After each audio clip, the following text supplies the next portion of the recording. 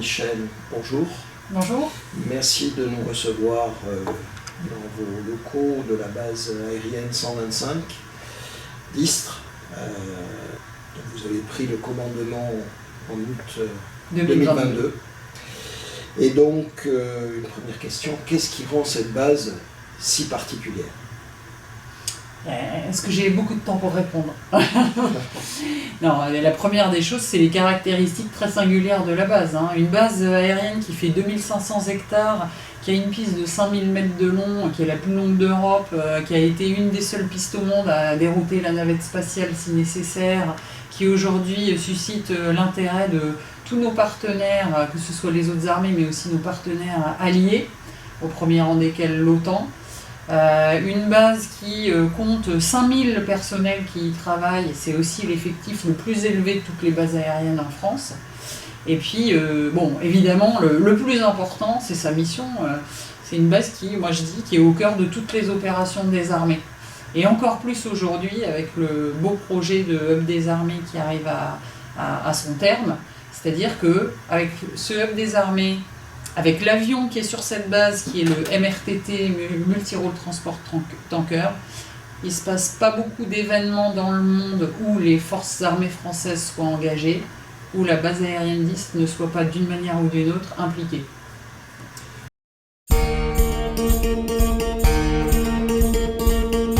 Alors justement, sur ce Hub des armées, est-ce que vous pouvez nous en parler un petit peu plus ? Le Hub des armées, c'est un projet ambitieux, un projet opérationnel ambitieux qui vise à faire de la base aérienne d'Istres le point majeur de départ en opération des forces armées, du matériel des armées par voie aérienne.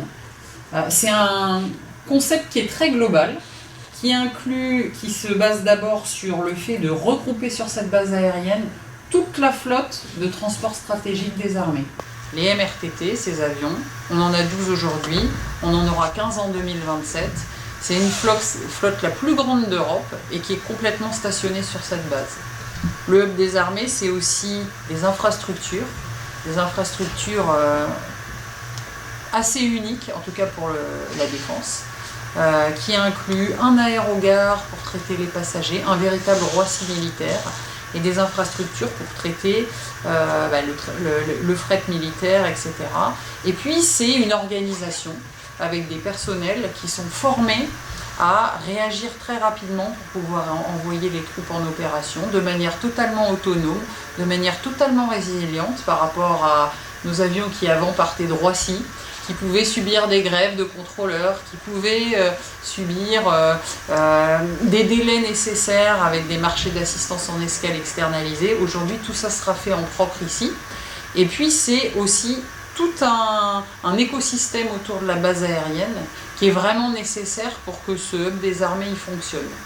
En deux nombres plutôt, 100 000 passagers par an, 9 000 tonnes de fret par an, qui seront acheminés vers les opérations extérieures ou vers nos territoires d'outre-mer qui ont des bases aériennes et des régiments par an. Et c'est un objectif ambitieux.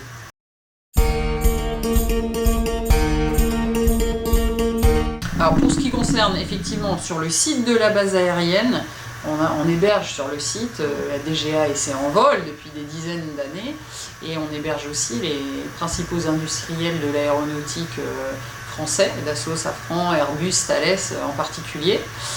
Donc effectivement, l'actualité pour eux, c'est préparer l'avenir de l'aviation civile et militaire, elle est foisonnante. Stratobus, c'est un projet qui pourrait être voisin de la base aérienne, sur lequel pour l'instant la base aérienne n'a pas trop de vue.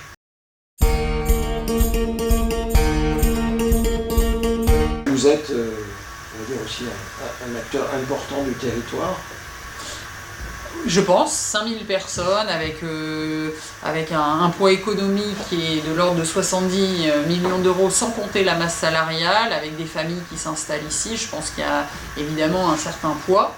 Vous citiez le pôle aéronautique, les interactions entre la base aérienne et le pôle sont très riches à plusieurs titres. On a eu la très bonne surprise, c'était pas une surprise, mais on a eu la très bonne nouvelle en 2023 d'apprendre que les industriels qui vont s'occuper du soutien de nos MRTT, Airbus et Sabena Technics, vont s'installer au pôle aéronautique. Et ça, c'est une extrêmement bonne nouvelle pour la réactivité des opérations. On parle bien de la partie maintenance. On parle bien de la partie maintenance, tout à fait. Et puis, on a d'autres projets en cours avec le pôle aéronautique, notamment liés à l'innovation et à la formation de nos personnels.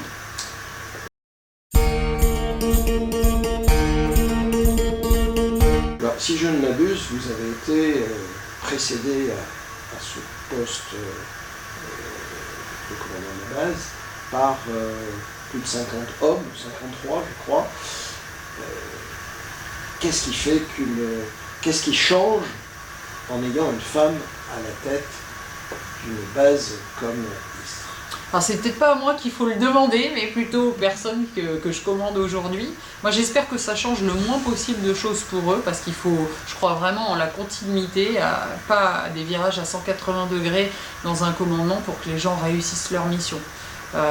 Peut-être évidemment, mais ça je dirais que c'est indépendant du genre, une petite sensibilité différente sur le commandement par rapport à certaines personnes, une certaine humanité, c'est ce qu'on m'a déjà, en tout cas, c'est ce dont on m'a qualifié par le passé, c'est peut-être vrai, mais je ne suis pas la mieux placée pour en parler. Moi, mon objectif, c'est comme mes prédécesseurs, de faire avancer les projets, avant tout que les opérations fonctionnent et que le personnel comprenne où il va.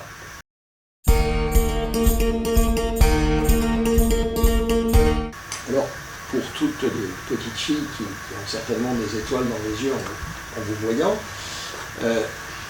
comment et quel parcours doit-on suivre pour arriver à une telle position? Je peux parler du parcours que j'ai eu, mais je pense qu'il y en a beaucoup d'autres. Déjà, la première chose, c'est croire en soi, avoir confiance en soi, avoir aussi la volonté de passer des obstacles, parce que la formation de pilote de chasse, c'est ce que j'ai fait moi. Je suis rentrée à l'école de l'air, à l'école des officiers de Salon de Provence en 1998, et puis j'ai suivi une carrière classique de pilote de chasse, avec évidemment ses aléas, ses difficultés, une formation assez exigeante et sélective, donc il faut savoir apprendre de ses erreurs et surtout rebondir. Et puis quand on passe au même titre que ses collègues, les mêmes qualifications, les mêmes épreuves, on arrive tout naturellement à des postes de commandement. Et en tout cas, moi, c'est un exercice, le commandement, qui me passionne, et je pense pas qu'il y ait du tout de différence ou de difficulté particulière à l'idée d'être une femme, et ça c'est un message à passer. Et en plus, parce que ça intéresse beaucoup les jeunes générations, c'est un métier qui se conjugue avec une vie de famille. Et c'était une vocation chez vous? Alors c'est sûr que moi, j'ai un papa qui était pilote de chasse, et qui nous a transmis involontairement cette fibre, suivant les mutations très nombreuses que l'on a vécues en famille. Je pense qu'il nous a transmis la fibre parce que nous sommes 4 enfants dans la famille et que 3 sont pilotes.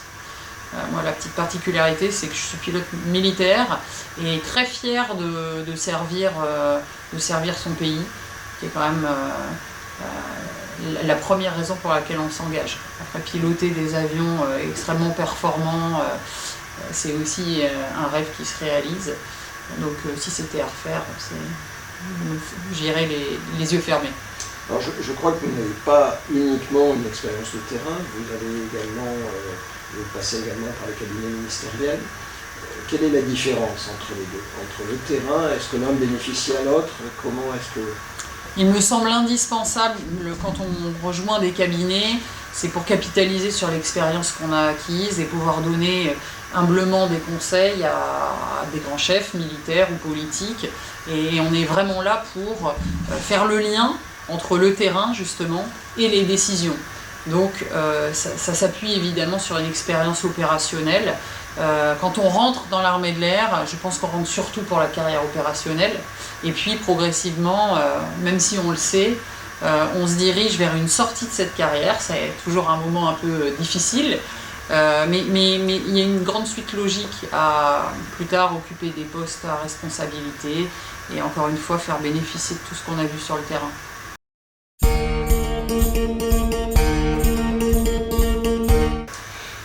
48 heures, le ministre de la Défense polonais parlait d'un risque d'extension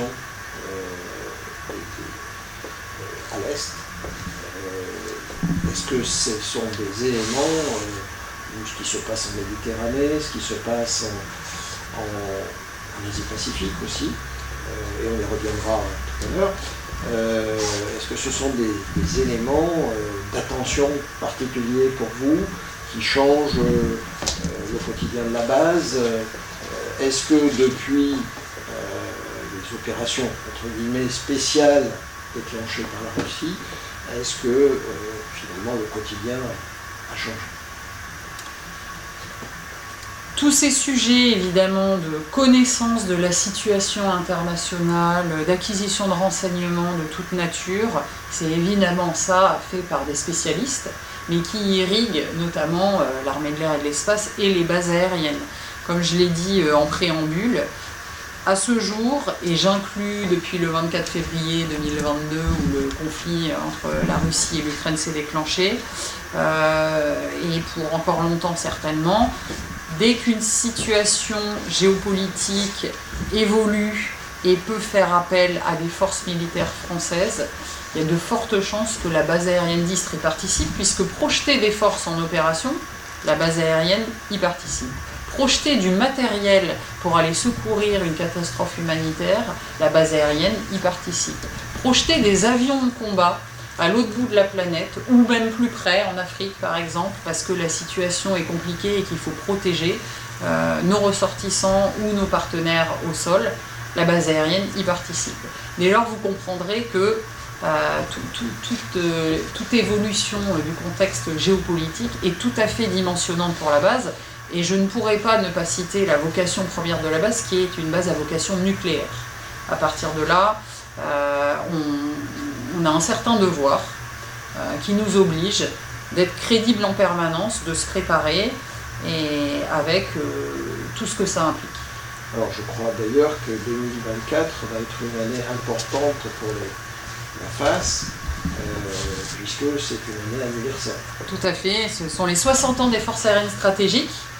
Donc ça fait 60 ans qu'ont été créées les forces aériennes stratégiques, ça fait 60 ans que les unités de l'armée de l'air, dont certaines sont sur cette base, assurent en permanence 7 jours sur 7 la permanence de la dissuasion nucléaire aéroportée.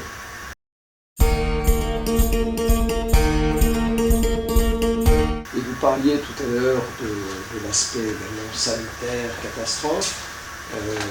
Les MRTT ont été également impliqués dans l'opération Morphée.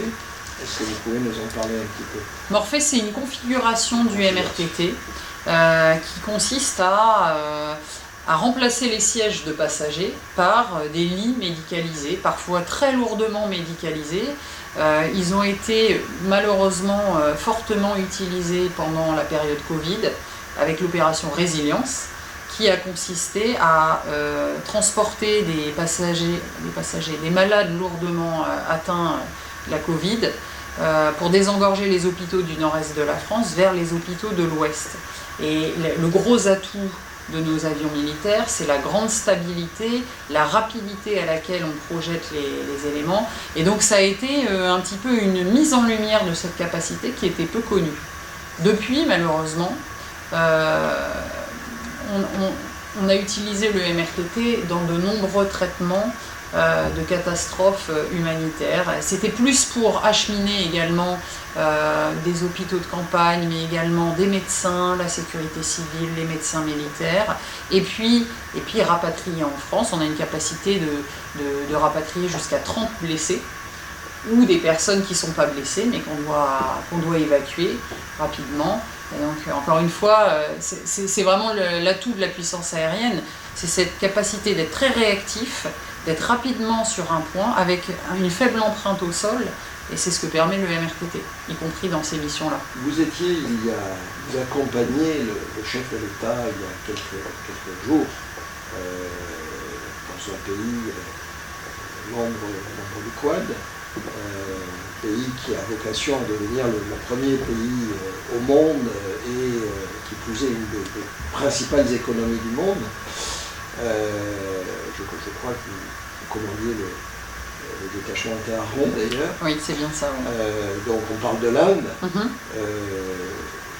Quel est votre ressenti sur cette zone de l'océan Indien et plus largement de l'Indo-Pacifique et de quelle façon la base de l'Istre est amenée également à intervenir sur cette zone au-delà des aspects protocolaires?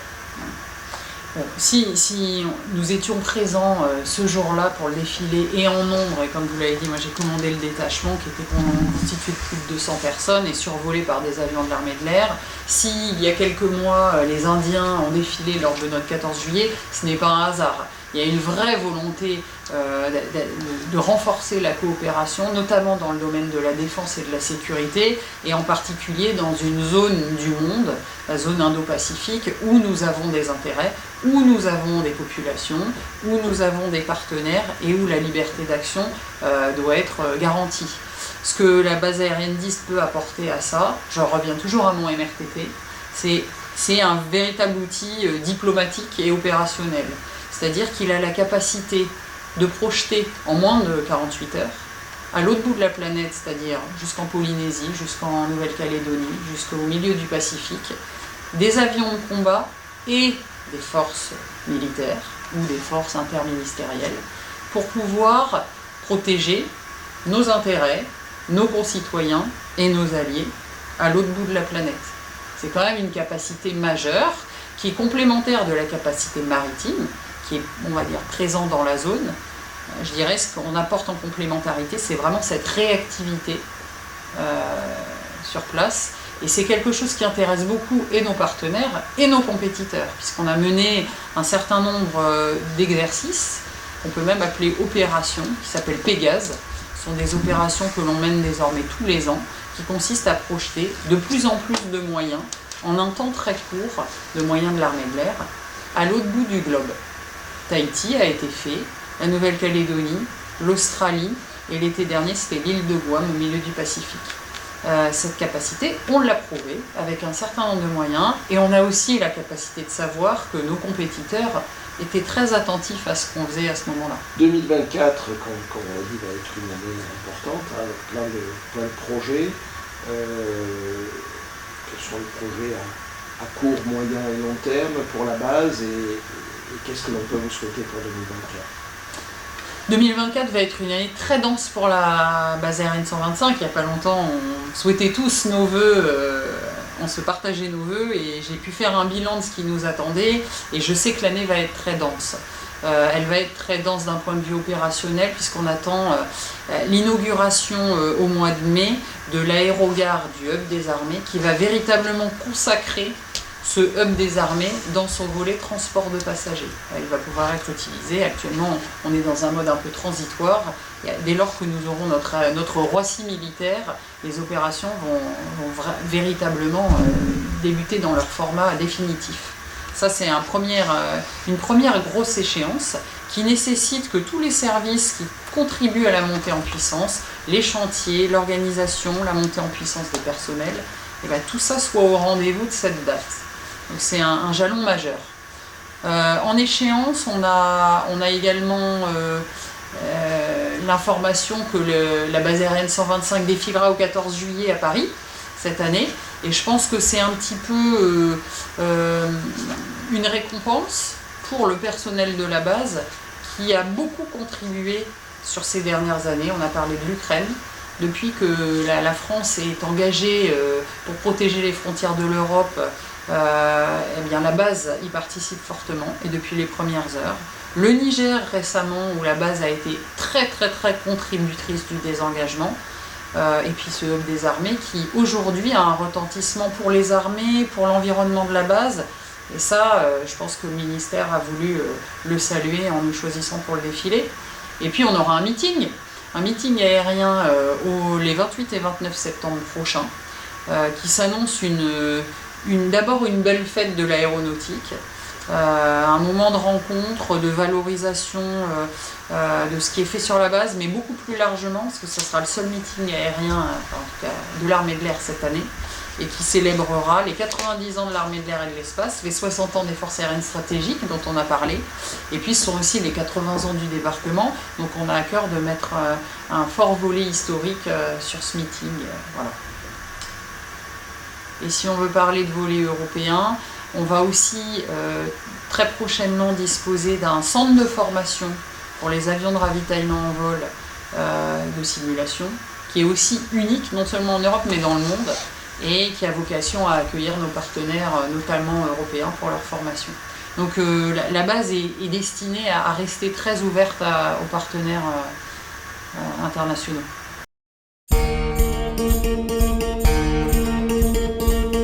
Merci pour toutes ces informations et que peut-on vous souhaiter pour 2024 ? Je souhaiterais rester sur cette base aérienne, mais nul n'est irremplaçable. Donc je souhaite surtout que cette base aérienne continue à prendre son envol et pour ma part, continuer à enrichir une carrière pleinement engagée au sein de l'armée de l'air et de l'espace. Michel, merci pour cette franchise au moment où on entend passer quelques avions. Oui, le bruit est le plus beau. Merci. Merci.